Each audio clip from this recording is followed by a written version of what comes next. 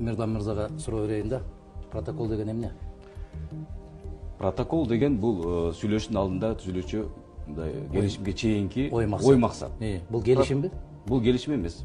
Келишим протоколго таянып бүгүнкү күнү убагында Совбездин жетекчиси Тажикстандын жерин биз Кыргызстан ижарага алалы. Совбездин жетекчиси ким болот билесизби? Совбездин жетекчиси мамлекеттик кызматкер болот.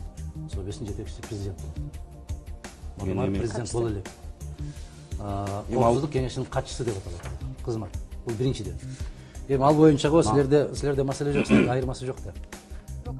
Караңыз, бизге бүгүнкү күнгө чейин мына Аксыдагы үңкүртөө келишимге кол коюшкан булар.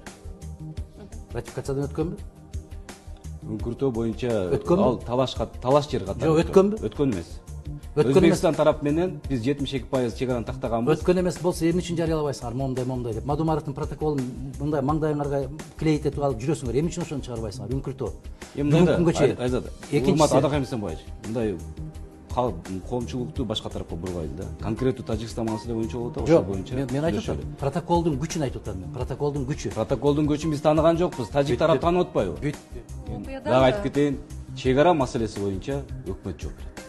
Анан эмне мага коюп атасың ал маселени? Өкмөт жооп берет. Азыркы мыйзам боюнча. Бул мыйзам 2015-жылы. Өткөндөгү мыйзам боюнча кандай эле? Өткөндөгү мыйзам боюнча таптакыр ким жүргүзөт жөн? Ким жүргүзөт? Президент жүргүзөт эле. Президент жанында жүргөн атка эмнелер жүргүзөт. Ошон үчүн айтам, силер конституцияны окубайсыңар да. Анан капа болосуңар. 2013-жылга чейин окубайсыңар да конституцияны.